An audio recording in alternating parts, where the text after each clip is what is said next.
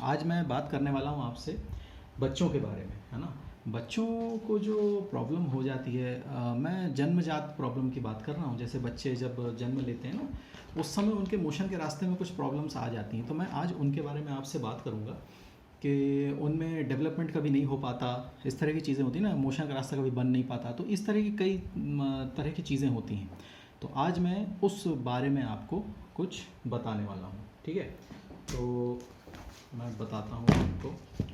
मैं आपको बिल्कुल साधारण शब्दों में बताने की कोशिश करूँगा, जिससे आपको बिल्कुल चीज़ें समझ में आ जाए, है ना।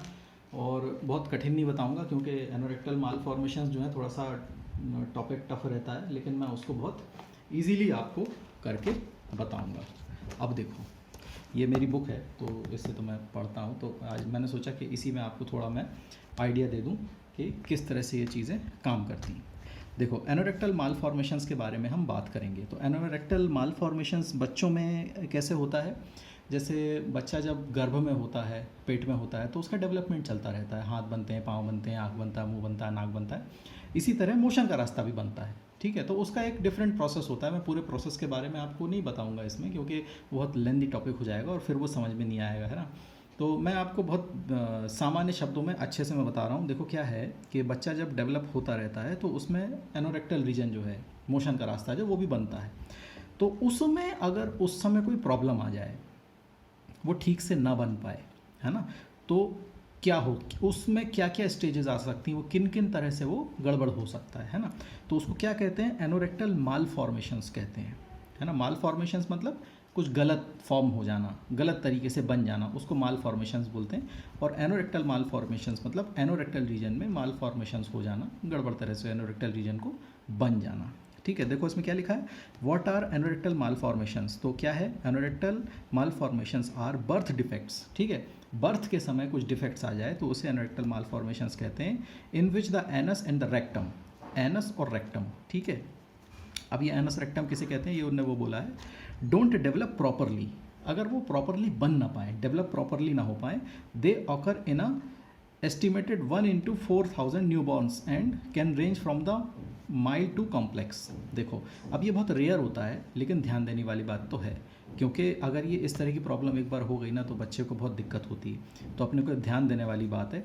और ये होता तो वैसे बहुत कम है। अब जैसे ये रेशियो इसमें लिखा हुआ है, 4,000 में से सिर्फ एक को होता है, तो कम है, लेकिन फिर भी अपने को इन चीज़ों को ध्यान रखना है। तो एनोरेक्टल मालफॉर्मेशंस इसको कहते हैं।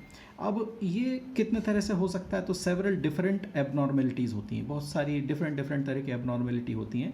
तो हम इन्हें 4 हिसाब से बांट सकते हैं। पहला क्या है, द एनल पासेज में बी नैरो, मोशन का रास्ता जो है वो सकरा हो, ठीक है। एक तो मालफॉर्मेशन ये हो सकता है, जो कि बहुत सामान्य सी बात है, बहुत ज़्यादा दिक्कत इसमें नहीं आती।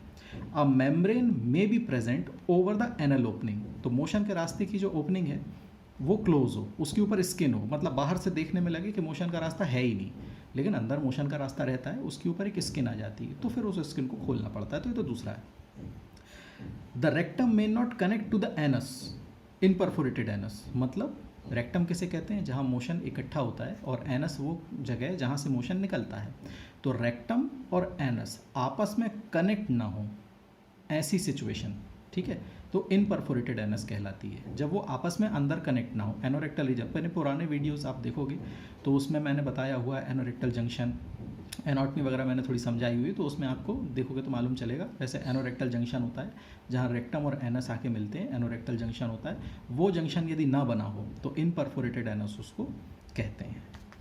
बाकी चौथा क्या लिखा है, the rectum may connect to a part of the urinary tract, मतलब पेशाब के रास्ते से रेक्टम कनेक्ट हो जाए, मतलब मोशन जहाँ इकट्ठा होता है, वो जो आंत का जो हिस्सा होता है आखिरी वाला, वो पेशाब के रास्ते से कनेक्ट हो जाए, ठीक है। या रिप्रोडक्टिव सिस्टम से कनेक्ट हो जाए, मतलब वेजाइना से कनेक्ट हो जाए फीमेल्स में, ठीक है। तो इस तरह की प्रॉब्लम यदि हो जाए, तो इन सबको एबनॉर्मेलिटी कहते हैं, है ना, माल फॉर्मेशंस कहते हैं। इतने तरह का होता है। अब वे उसको थोड़ा सा मैं डिटेल में आपको बहुत जल्दी बताऊंगा, ताकि आप आसान शब्दों में बहुत जल्दी से आप समझ जाओ। बहुत कॉम्प्लिकेट करके इसको मैं नहीं बता रहा हूँ, है ना। तो ये तो आपने समझ लिया। अब देखो, मैं आपको इसको और क्लियर करके बताता हूँ। ये तो मेरी बुक है एनोरेक्टल मालफॉर्मेशंस, में इसी से पढ़ता हूँ, तो आज मैंने सोचा आपको इसी से बता दूंगा। चलो तो अपन सबसे पहले पढ़ते हैं, मतलब मैं पढ़ते हैं शब्द यूज़ कर लेता हूँ ना। हाँ चलो, आपको भी पढ़ा ही तो रहा हूँ, ठीक है, आप भी पढ़ ही रहे हो, मैं आपको पढ़ा दे रहा हूँ, ऐसा है ना। तो अपन एक स्केच पेन ले लेते हैं ताकि मैं थोड़ा सा उसमें आपको बता सकूँ। अब देखो क्या है, मेल कॉमन एनाटॉमी। पहले तो आपको नॉर्मल स्ट्रक्चर जो है ना वो आपको पता होने चाहिए कि कौन सी चीज़ कहाँ है। जब तक आप समझ पाओगे ना कि क्या चीज़ बच्चे में नहीं बनी है ना, उस कॉम्प्लिकेशन को समझने के लिए पहले नॉर्मल मालूम होना चाहिए। बहुत अच्छा डायग्राम है, मुझे बहुत पसंद आया, इसलिए मैंने इसको प्रिंट आउट निकाला, इसका कलर निकाला ताकि आपको अच्छे से समझ में आए। तो देखिए ये तो रीढ़ की हड्डी है, ये जो आ रही है ना ये रीढ़ की हड्डी है, ठीक है, इसको स्पाइन लिख देते हैं, ये रीढ़ की हड्डी है, ठीक है। तो ये यहाँ पे आके ख़त्म हो जाती है। एक रेफरेंस के लिए आपको बता रहा हूँ ताकि आपको समझ में आए। रीढ़ की हड्डी, रीढ़ की हड्डी के ठीक ऊपर यहाँ पे ये होता है रेक्टम, ये हिस्सा पूरा रेक्टम है, ठीक है। ये रेक्टम लिखा भी है यहाँ पे, तो ये रेक्टम है। और ये है एनल कनाल, ये वाला हिस्सा, ये एनल कनाल है, यहाँ से मोशन जो है वो बाहर हो जाता है, तो ये एनल कनाल है, ये एनस लिखा हुआ है, ठीक है। उसके आगे क्या है, ये ब्लैडर है, ये ब्लैडर मतलब यूरिनरी ब्लैडर है, यूरिन पेशाब, ठीक है। यहाँ पे पेशाब इकट्ठा होती है, ये पेशाब का रास्ता है। ये मेल पेशेंट की बात कर रहा हूँ, ये मेल है ना, पुरुष का है ये। तो ये यहाँ पे पेशाब इकट्ठा होती है। ये जो है ये प्रोस्टेट है, इसमें लिखा नहीं है, मैं यहाँ पे लिख देता हूँ सब बना के, ये प्रोस्टेट है, ठीक है। प्रोस्टेट का भी आगे जिक्र होगा ना, इसलिए मैंने बता दिया, ये प्रोस्टेट है। और ये पेशाब की नली है, ये यूरेथ्रा लिखा है, ये यूरेथ्रा लिखा ना, यूरेथ्रा, पेशाब की नली को यूरेथ्रा कहते हैं। यहाँ से ये ब्लैडर है, ब्लैडर में पेशाब इकट्ठा होती है और इस यूरेथ्रा से ये पेशाब यहाँ से निकल के, ये पेनिस होता है, इसमें से ये बाहर हो जाती है पेशाब। जब अपन करते हैं तो यहाँ से निकल जाती है। मेल रिप्रोडक्टिव ऑर्गन है ना ये, ठीक है, ये लिंग है, तो ये इसमें से पेशाब बाहर हो जाती है, तो ये यूरेथ्रा है। अब इन चीज़ों को आप समझ लो अच्छे से। ये रेक्टम है, रेक्टम के आगे ये पेशाब की थैली है, पेशाब की थैली के ठीक नीचे यहाँ पे प्रोस्टेट होता है पुरुषों में, और उसी के बीच में से ये नली निकलती है जो कि लिंग से बाहर होके यहाँ पे पेशाब जो है बाहर अपन कर लेते हैं। तो ये पेशाब का रास्ता, ये मोशन का रास्ता, ये सामान्य रचना शारीर है। इसको हिंदी में यदि अपन बोले तो ये रचना शारीर है, ठीक है। मेल एनाटॉमी जिसको कहते हैं, तो रचना शारीर, पुरुष रचना शारीर, ठीक थोड़ा सा हिंदी भी है कि नहीं। तो अब देखो ये तो नॉर्मल हो गया। अब इसमें हम बात करेंगे एबनॉर्मेलिटी की, कि इसमें एबनॉर्मेलिटी कैसे होती है। वीडियो थोड़ा सा लंबा हो जाएगा पर देखते रहना, अच्छे से समझ में बहुत अच्छा आएगा। एक बार समझ लो, भूलोगे नहीं कभी। देखो अब इसको मैं थोड़ा सा ऐसे करूँ, दिख रहा है ना, हाँ दिख तो रहा है, ठीक है। ये देखो यहाँ पे हम बात किसकी कर रहे हैं, पेरिएनल फिस्टुला। अब देखो इसको फिस्टुला बोल देते हैं, है ना, तो ये वो वाला फिस्टुला मत समझ लेना जो मैं नॉर्मली फिस्टुला बोलता हूँ। कोई भी चीज़ जब जो ऐसे कनेक्ट हो जाती है ना तो उसको फिस्टुला बोलने लगते हैं। तो यहाँ पे फिस्टुला बोल रहे हैं, पर इसका फिस्टुला का मतलब वो वाला फिस्टुला नहीं है जो एनोरेक्टल फिस्टुला होता है, जिसमें एब्सेस होता है, पस होता है, ये वो वाला नहीं है, ये दूसरा वाला है। तो देखो कैसे होता है ये। इसमें क्या हुआ है, बच्चा जब पैदा हुआ है ना, ये बच्चा पैदा हुआ है, ये एबनॉर्मेलिटी है, ये माल फॉर्मेशन है ये एनोरेक्टल का। तो बच्चा जब पैदा हुआ है तो कैसे हुआ है, ये जो मोशन का रास्ता है, ये रेक्टम है जो यहाँ, ये रेक्टम जो मैंने बनाया था, ये रेक्टम इस मोशन के रास्ते से, एनस से, ये एनस है, ठीक है, ये एनस है, ये मोशन का रास्ता है, तो इससे कनेक्ट ना हो करके ये ऊपर कनेक्ट हो गया है, ठीक है। इसे पेरिएनल रीजन कहते हैं। कभी मेरा पुराने वीडियो में आप देखोगे पेरिएनल रीजन कहते हैं उसको, है ना। यहाँ भी मैं थोड़ा सा बना दूँ अगर आपको समझ में आए तो। मेल पेशेंट है ना, ये स्क्रोटम है, ये मोशन का रास्ता है। तो ये जो अंडकोश होता है, अंडकोश और मोशन के रास्ते के बीच का जो हिस्सा होता है ना, ये वाला, इसको पेरिनियल बॉडी कहते हैं, ठीक है, पेरिनियल बॉडी कहते हैं। यहीं पे अगर ये ओपन हो जाए, ठीक है, तो पेरिनियल फिस्टुला कहलाता है ना। फिस्टुला कह दो, फिस्टुला कहते हैं एक्चुअली उसको, क्योंकि कनेक्ट हो जाता है ना यहाँ पे आके, तो उसको फिस्टुला बोलने लगते हैं। पर इसका मतलब वो वाला फिस्टुला नहीं होता, ये दूसरा फिस्टुला, मतलब टर्म है वो तो सिर्फ एक। तो मोशन के रास्ते से हट के ये जो रेक्टम है ये ऊपर कनेक्ट हो जाता है। तो ये पहले तरह का माल फॉर्मेशन है बच्चे में जो हो जाता है। जब बच्चा पैदा होता है तो मोशन के रास्ते से रेक्टम का कनेक्शन जो नहीं होता, ये ऊपर होता है छेद, मोशन के रास्ते के ठीक ऊपर एक छेद मिलेगा आपको। तो ऐसी कंडीशन कभी कभी बच्चों में आ जाती है। तो ये तो हो गया पहली कंडीशन, ठीक है। अब मैं आपको दूसरी कंडीशन बताता हूँ, ठीक है। ये नॉर्मलिटी समझा दी, ये पहली कंडीशन मैंने बता दी कि मोशन के रास्ते के ठीक ऊपर एक छेद हो गया है, पहली कंडीशन। दूसरी कंडीशन, पहली कंडीशन में क्या था, ये वाला, ये मैंने दोबारा फोटो यहाँ पे रखी ताकि आप उसे रिलेट कर सको। तो ये पहली वाली कंडीशन थी, ठीक। यहाँ पे हो गया है, ठीक है, पेरिनियल फिस्टुला ऊपर ओपनिंग हो गई, मोशन का रास्ता से कनेक्ट इसका नहीं है। लेकिन अगली कंडीशन क्या होगी दूसरे नंबर की कंडीशन ये है कि इस तरह का जो प्रॉब्लम कहलाता है रेक्टो ब्लैडर नेक फिस्टुला कहलाता है। रेक्टो ब्लैडर नेक फिस्टुला कैसे कह रहे हैं, ये जो रेक्टम है, मोशन का रास्ता जहाँ पे मोशन इकट्ठा होता है, मोशन के रास्ते में निकलने के पहले, जो मैं रेक्टम बहुत पहले से बोलता जा रहा हूँ, ये मोशन यहाँ पे इकट्ठा है और ये रेक्टम है। रेक्टम जो है मोशन के रास्ते से ना कनेक्ट होके, पहले पिछले वाले फोटो में तो क्या यहाँ कनेक्ट हो गया था इस जगह पे, लेकिन इस जगह पे ना कनेक्ट होके अब ये घुस गया है यहाँ, पेशाब की थैली जो होती है ना, उसके बिल्कुल यहाँ पे गले में। नेक किसको कहते हैं, ये हेड है गया, हेड अगर इसको मान लो तो ये नेक है इसका, तो इसलिए इसको कहते हैं ब्लैडर नेक। ये पेशाब का जो थैली होती है इसको ब्लैडर बोलते हैं, यूरिनरी ब्लैडर, और उसके नेक पे आके ये कनेक्ट हो गया, देखो यहाँ पे कनेक्ट हो गया है, तो इसको क्या कहते हैं, रेक्टो ब्लैडर नेक फिस्टुला। बच्चों में ये हो जाता है। अब मोशन का रास्ता यहाँ उसका है बेचारे का, लेकिन देखो कनेक्ट हो गया इधर पे। अब ये बात अपने को मालूम ही नहीं है, बाहर से मतलब इन परफोरेटेड एनस टाइप का वो दिख ही नहीं रहा है। तो ये चीज़ें ध्यान देने वाली बहुत हैं। बच्चा जब इस तरह से पैदा हो जाता है बहुत कॉम्प्लिकेट, कभी मालूम नहीं चलता अपने को, ऐसा भी हो जाता है। तो कभी भी बच्चा, जैसे जो लोग भी प्लान कर रहे हैं या जो भी अभी प्रेग्नेंट हैं, जो भी हैं, तो इस बात का बहुत ध्यान रखना, हमेशा डिलीवरी के बाद ये सारी चीज़ें एकदम चेक हो जाना चाहिए कि ये सारा सिस्टम बच्चों का बिल्कुल ठीक है कि नहीं है। देखो पेशाब के रास्ते से कनेक्ट हो गया है ये, अब ये पूरा मैटर पेशाब के रास्ते से कनेक्ट होगा तो कितना गड़बड़ हो जाएगा, है ना। तो देखो ब्लैडर नेक पे कनेक्ट हो गया है ये आके, प्रोस्टेट के ठीक ऊपर, ब्लैडर के ठीक नीचे यहाँ कनेक्ट हो गया है, ठीक है ना। तो एक टाइप, दूसरे टाइप का ये हो गया। अब अगला टाइप देखो, बहुत कॉम्प्लिकेटेड हो जाता है, इसलिए मैं बार बार समझा रहा हूँ। देखो अब ये जो दूसरे टाइप का अपन ने यहाँ पे, ये दूसरे टाइप का था bladder, recto bladder neck fistula. अब देखो यहाँ पे क्या हुआ है, रेक्टो प्रोस्टेटिक फिस्टुला। पहले तो यहाँ पे ब्लैडर नेक पे कनेक्ट हुआ था, ये देखो ये ब्लैडर नेक पे कनेक्ट हुआ था, प्रोस्टेट ये दो है, ये दिख रहे हैं ना, प्रोस्टेट है। अब देखो क्या हुआ है यहाँ पे देखो ये जो रेक्टम है ये कनेक्ट हुआ है प्रोस्टेट पे, देख रहे हो, ये प्रोस्टेट जो मैंने यहाँ ऊपर बताया था ना, ये प्रोस्टेट पे आके कनेक्ट हो गया। तो इसको क्या बोल रहे हैं, recto prostatic fistula.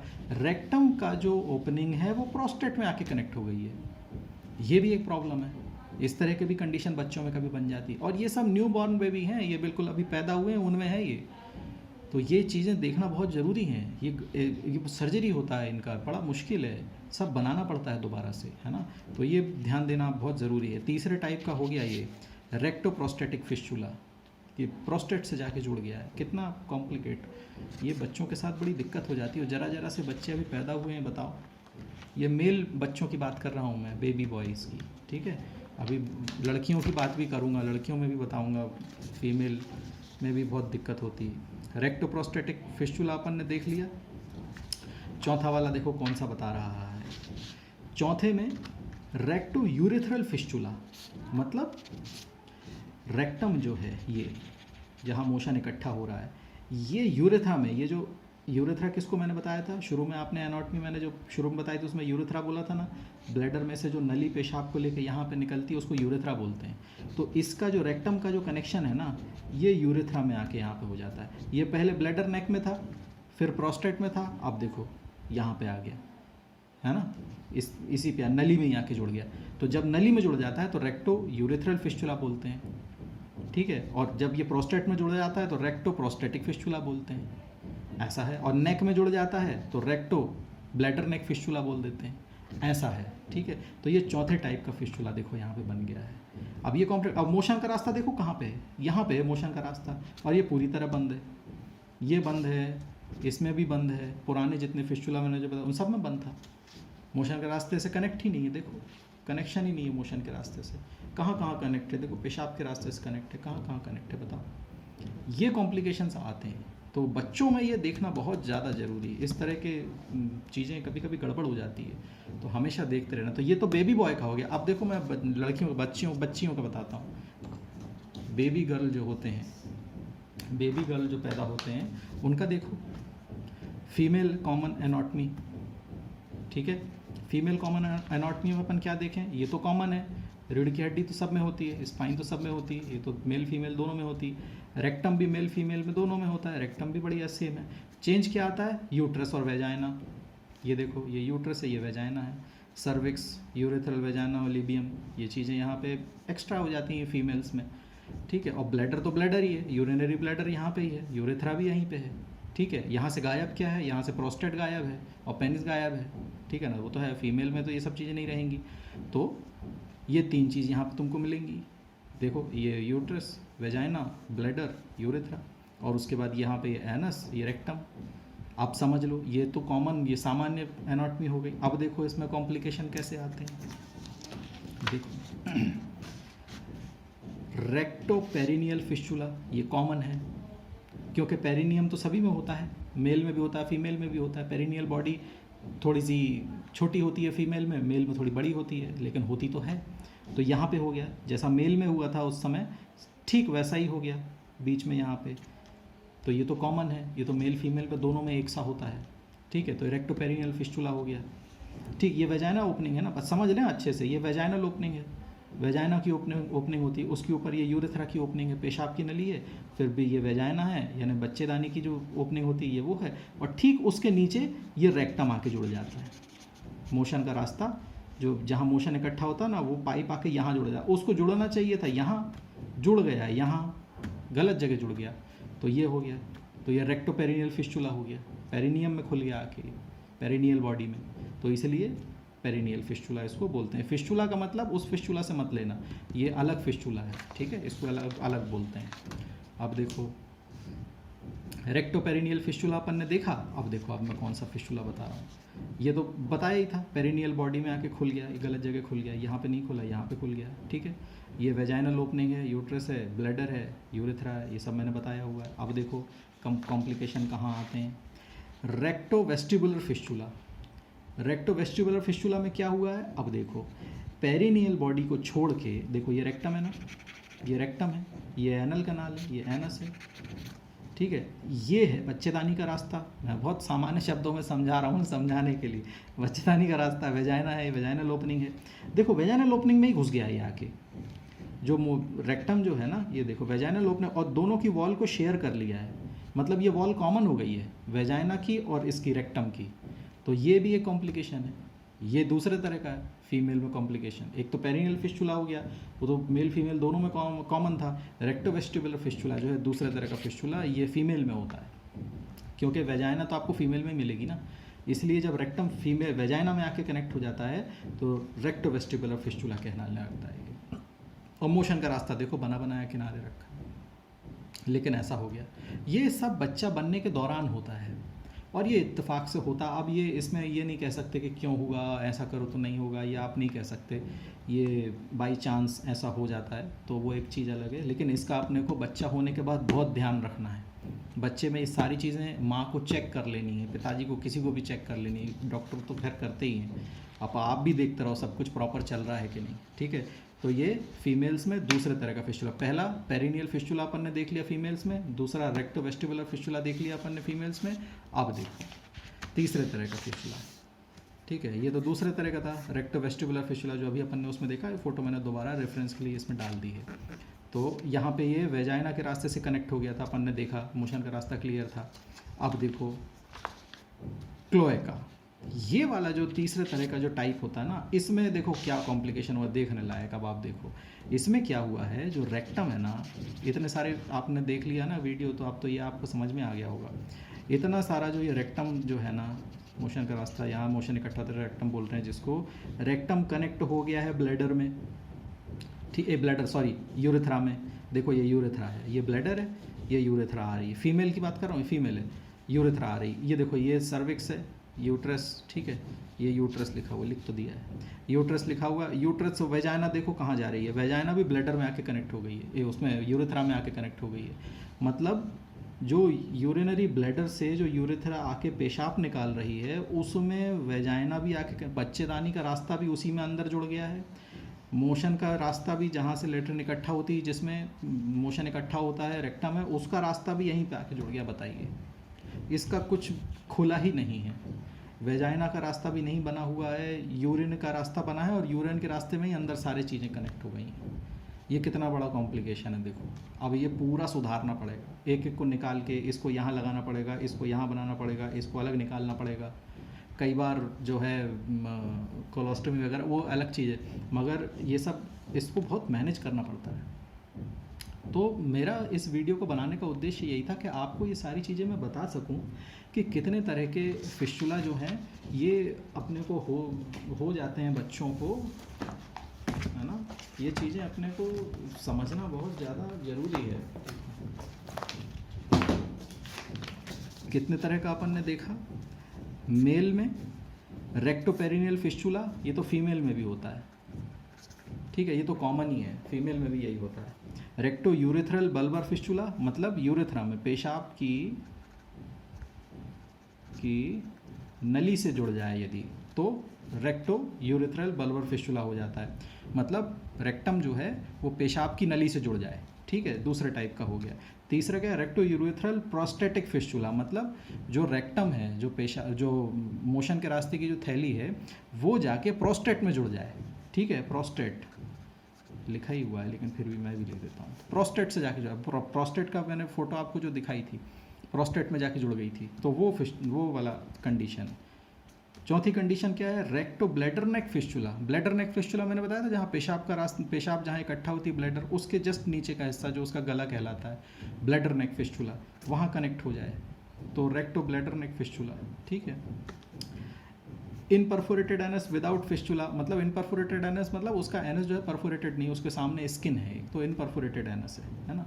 Complex and unusual defects तो कुछ भी हो सकते हैं, ये तो मतलब इन कंडीशंस को छोड़ के अगर कोई कंडीशन बनती है तो उसको कॉम्प्लेक्स एंड अनयूजुअल डिफेक्ट्स में डाल देते हैं, ठीक है। तो इतने तरह के हो गए।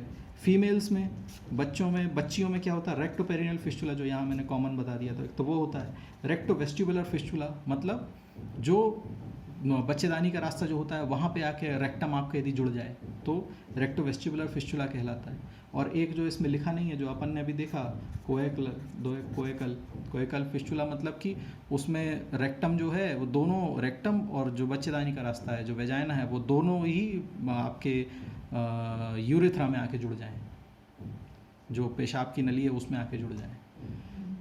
तो इतने तरह की प्रॉब्लम्स जो हैं बच्चों में माल फॉर्मेशंस के आ जाते हैं। आपको ये चीज़ें समझना बहुत ज़रूरी है। काफ़ी डिटेल वीडियो मुझे लगता है शायद बन गया होगा, लेकिन इसको अच्छे से समझ लेना। समझ लोगे तो बहुत मतलब केयरफुल रह पाओगे आप।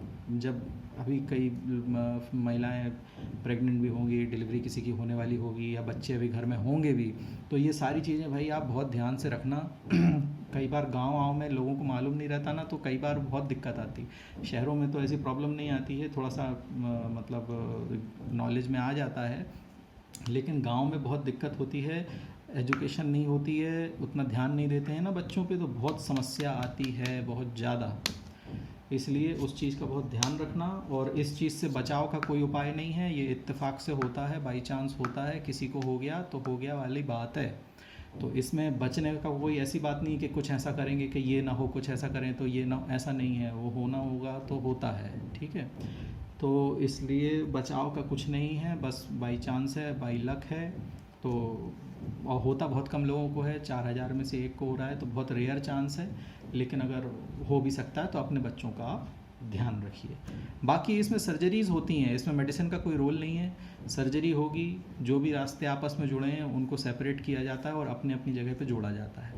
फिर वो बच्चे सामान्य रूप से वो सारे काम कर पाते हैं या नहीं कर पाते हैं, ये देखने वाली बात है। अगेन उनकी कंडीशन पे, उनकी होने वाली सर्जरी पे और उनके प्रोग्नोसिस पे, उनके डेवलपमेंट पे, ठीक है ना। तो ये बहुत सब्जेक्टिव चीज़ है, इसमें कुछ कह नहीं सकते कि उनके जो फंक्शंस हैं मोशन के रास्ते के वो प्रॉपर हैं कि नहीं, या रिप्रोडक्टिव सिस्टम उनका प्रॉपर है कि नहीं, या यूरिनरी सिस्टम उनका प्रॉपर है कि नहीं। ये सारी चीज़ें तो बहुत सब्जेक्टिव हैं यार, है ना। इसमें कुछ भी नहीं कह सकते आप कि ये करने से ऐसा हो जाएगा तो ये ऐसा होगा वैसा। ये कंडीशन टू कंडीशन डिपेंड करता है, निर्भर करता है, सबकी अलग अलग कंडीशन होती हैं, सर्जरी पर निर्भर करता है, कब किसकी सर्जरी में कैसे कॉम्प्लिकेशंस आते हैं, वो सारी चीज़ें मायने रखती हैं। उसके बाद ही अपन उसके प्रोग्नोसिस पे या उसके डेवलपमेंट पे कुछ कह सकते हैं, पॉजिटिव या नेगेटिव, है ना। तो चलो, इस वीडियो में बस मुझे आपको इतना ही बताना था, और इतने सारे मैंने आपको ये सब मैंने प्रिंट आउट निकाल के रखे थे आपको समझाने के लिए, है ना। तो ये सारी चीज़ें आपके लिए मैंने की थी कि मैं आपको बेहतर तरीके से समझा पाऊँ। ये तो मेल के लिए समझाए थे मैंने। कितने पन्ने निकाले थे? 1 2 3 4 4 तो ये पन्ने थे, और 1 2 3 पन्ने ये थे, है ना। तो मैंने आपको ये सब आपको बताने के लिए मैंने इतनी मेहनत करी थी, और ये सब मैंने आपको समझाने के लिए बनाया, है ना। तो चलो, मुझे उम्मीद है कि मैं आपको कुछ समझा पाया होऊंगा। यार कागज़ उड़ गए। तो अगली बार, अब अगले वीडियो में आपसे मिलता हूँ फिर, है ना। और बस इस वीडियो में मुझे इतना ही बताना था। होपफुली आपको अच्छे से क्लियर हुआ होगा। जो क्लियर नहीं हुआ तो वीडियो को थोड़ा आगे पीछे करके देख लेना, क्योंकि कॉम्प्लिकेटेड तो चीज़ है ना। और कम समय में यदि आपको ज़्यादा समझाना हो तो थोड़ा सा तेज़ बोलना पड़ता है और जल्दी जल्दी बोलना पड़ता है। तो आप उसको वीडियो को आगे पीछे करके थोड़ा अच्छे से आप समझ लेना, और अपने डॉक्टर से बिल्कुल कंसल्ट करते रहना बच्चों के हिसाब से। डिलीवरी के समय, डिलीवरी के बाद उसका अच्छे से एग्जामिनेशन करवा लेना, और इस चीज़ के बारे में भी डॉक्टर से पूरी तरह खुल के आप अच्छे से बात कर लेना, ठीक है। तो चल, इस वीडियो में इतना ही, मिलते हैं अब नेक्स्ट वीडियो में। तब तक के लिए टाटा।